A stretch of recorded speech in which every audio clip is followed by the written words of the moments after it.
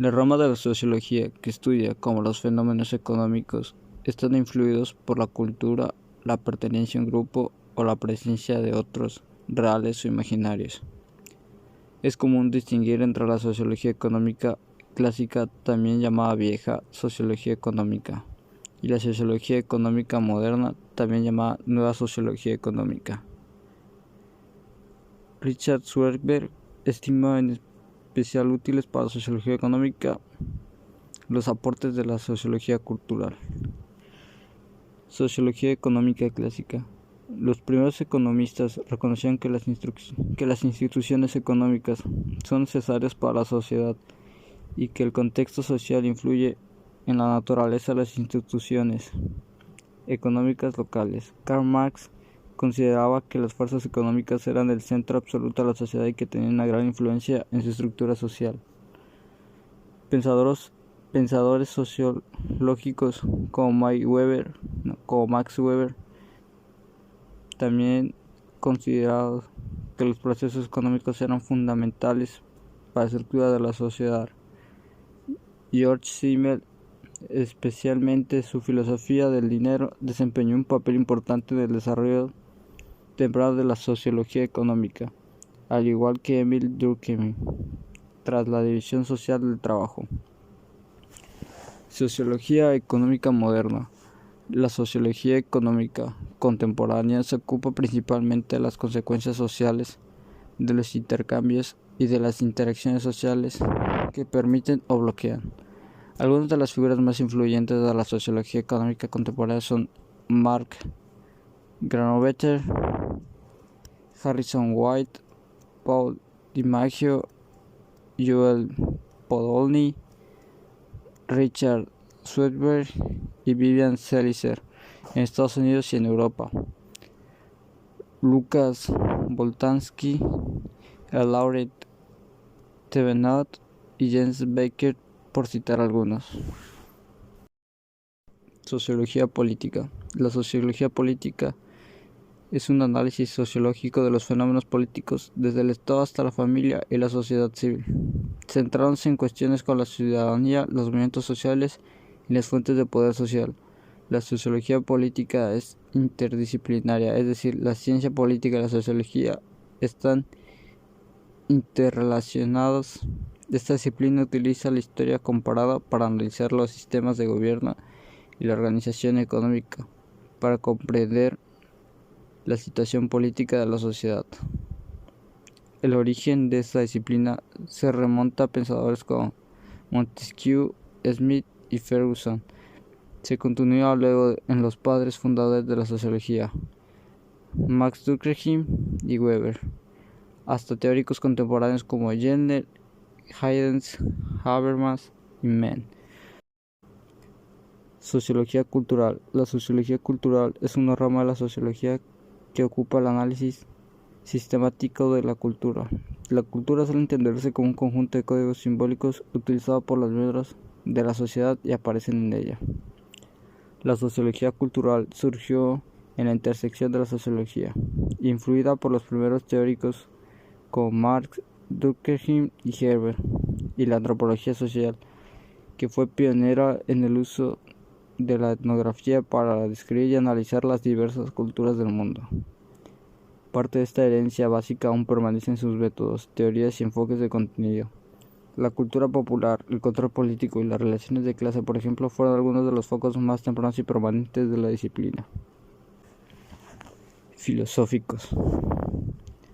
Asociada originalmente con los nombres de Max Scheler y Ernest Cassirer en el Alemania de 1920 y 1930. La tradición de la antropología filosófica se dedicó de manera explícita al desarrollo de una comprensión general acerca de qué es un ser humano. Influencia de las teorías sociológicas en el desarrollo de la sociedad. Positivismo. Influenció en que se tiene que estudiar el ser humano y la sociedad de manera científica, utilizando dicho método, estableciendo que el método científico sea superior en todas las disciplinas o ciencias. Los padres de esta propuesta teórica son Henry de Saint-Simon, John Stuart Mills and Auguste Comte, quien fue el alumno de Saint-Simon, es considerado padre del positivismo y fundador de la sociología francesa como ciencia social. Teoría sociológica marxista. Tiene influencia a abordar el estudio crítico de la sociedad desde el punto de vista y la metodología creada por Karl Marx y Friedrich Engels, y se propone el desarrollo de una ciencia social que estudia la sociedad capitalista y sus contradicciones.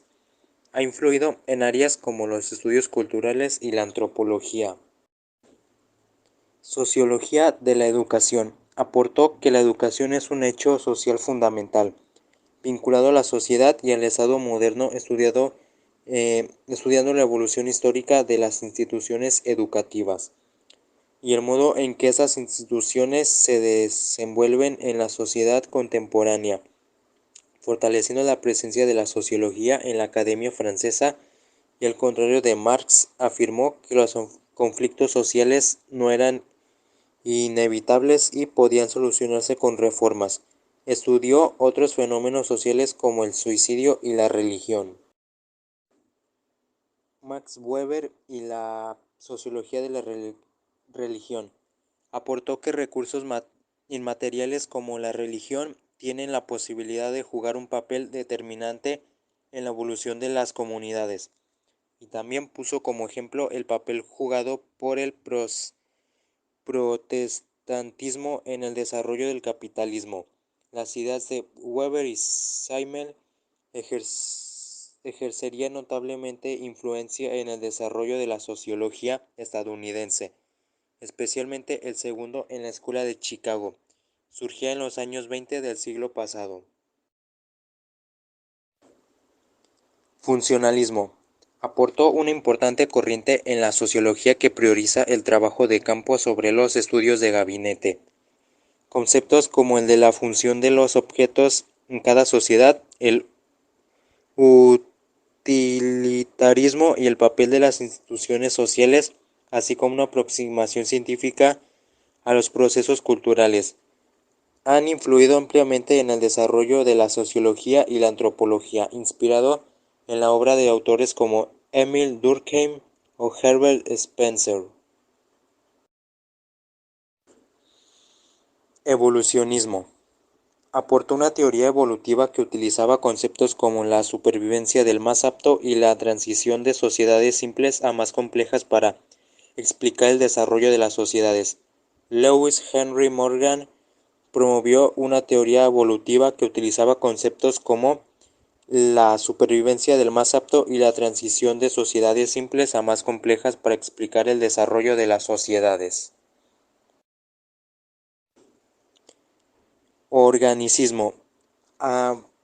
Fue la aportación de las ideas de Spencer que de la sociedad en un organismo vivo con sistemas, órganos y funciones similares a los de los organismos vivos. Esta teoría fue desarrollada por Albert Sheffield y Paul von Lilienfeld, entre otros. Interaccionismo. Aportó un enfoque en el papel de las comunicaciones y de la opinión pública en la formación del individuo y el funcionamiento de la sociedad, siendo una teoría surgida en los años 20 del siglo pasado, en la llamada Escuela de Chicago, y en la que destacan las figuras de Robert Park y George H. Smith. Estructuralismo. Aportó el enfoque en las distintas prácticas, actividades y rituales de una sociedad y sus múltiples relaciones para comprender el tejido social. Su estructura ha sido una de las teorías sociolingüísticas más influyentes del siglo XX, con Claude Lévi-Strauss como su mayor representante en el campo de las ciencias sociales, especialmente en la etnografía y la antropología.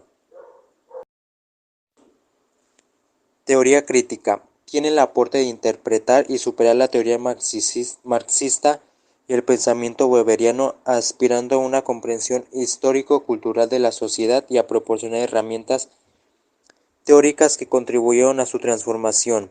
Esta surgió en los años 20 del siglo pasado en la llamada Escuela de Frankfurt e integrada por figuras como Theodor Adorno, Walter Benjamin, Max Horkheimer, Erich Fromm y Herbert Marcuse, entre otras figuras destacadas.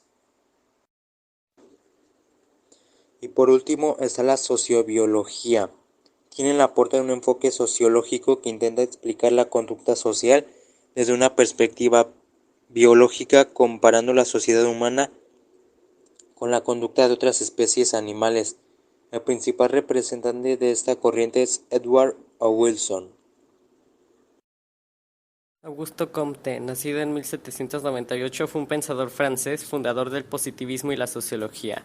Con la publicación de sus conferencias sobre la filosofía positivista, Augusto Comte impulsó un nuevo movimiento cultural, por lo que se le considera el fundador y la principal voz del positivismo. Este movimiento ocupó la mayor parte del siglo XIX, desafiando y a veces comprometiéndose con la corriente filosófica antagónica del idealismo.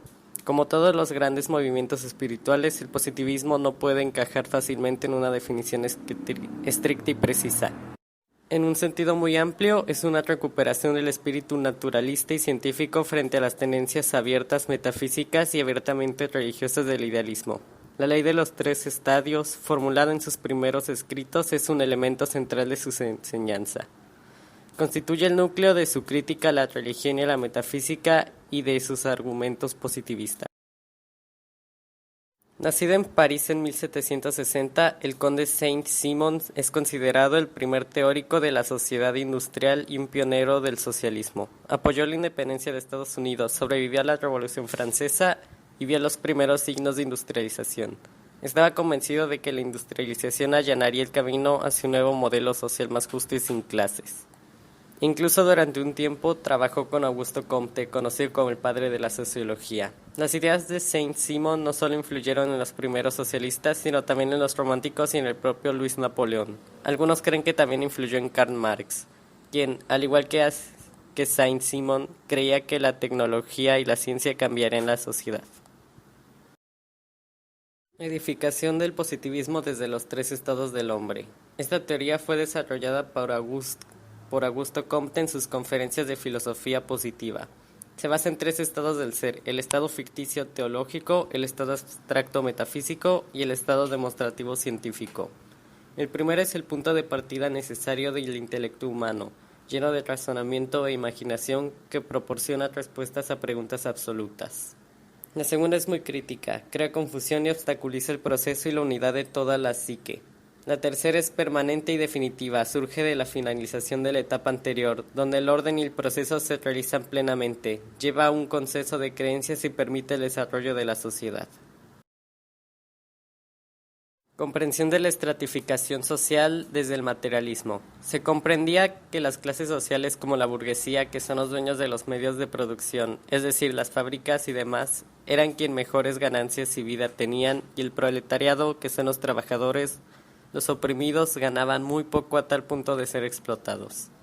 También reconocen la existencia de la pequeña burguesía y el del lumpen proletariado, los mendigos, ladrones, prostitutas, etc. En realidad, las clases sociales se definen en relación a la propiedad de los medios de producción, siendo este el único punto que las divide.